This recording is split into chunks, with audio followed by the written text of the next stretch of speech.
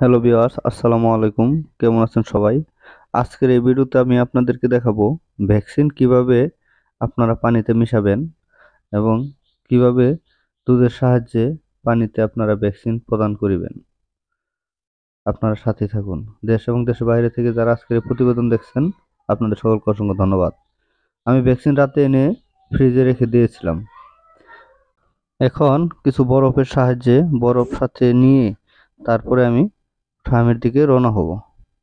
আপনারা দেখুন যাতে করে ভ্যাকসিন গরম না হয়। এবার ফার্মে আসার পরে পাত্রগুলো খুব সুন্দরভাবে ধুয়ে নিচ্ছি যাতে ময়লা না থাকে, যেহেতু ভ্যাকসিনে পানি দেওয়া হবে। পাত্রগুলো ধোয়া শেষ। এবার আমি দুধ পানির সাথে সুন্দরভাবে মিশিয়ে নিচ্ছি।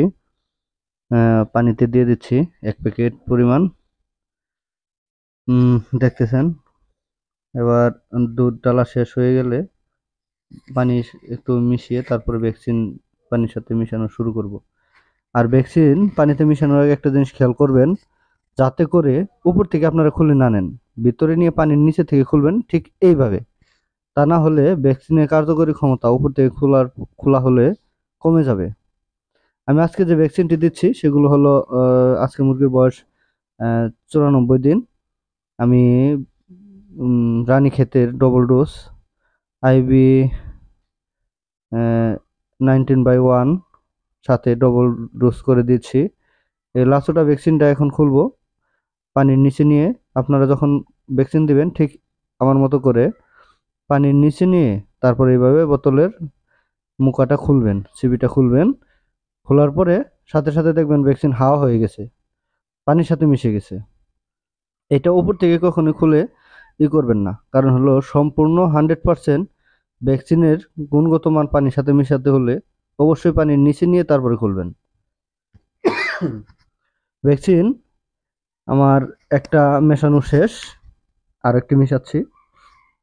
আমি আজকে আমাদের এখানে 2500 মুরগি যে ভ্যাকসিন আমরা দিচ্ছি 4000-এর ডোজ।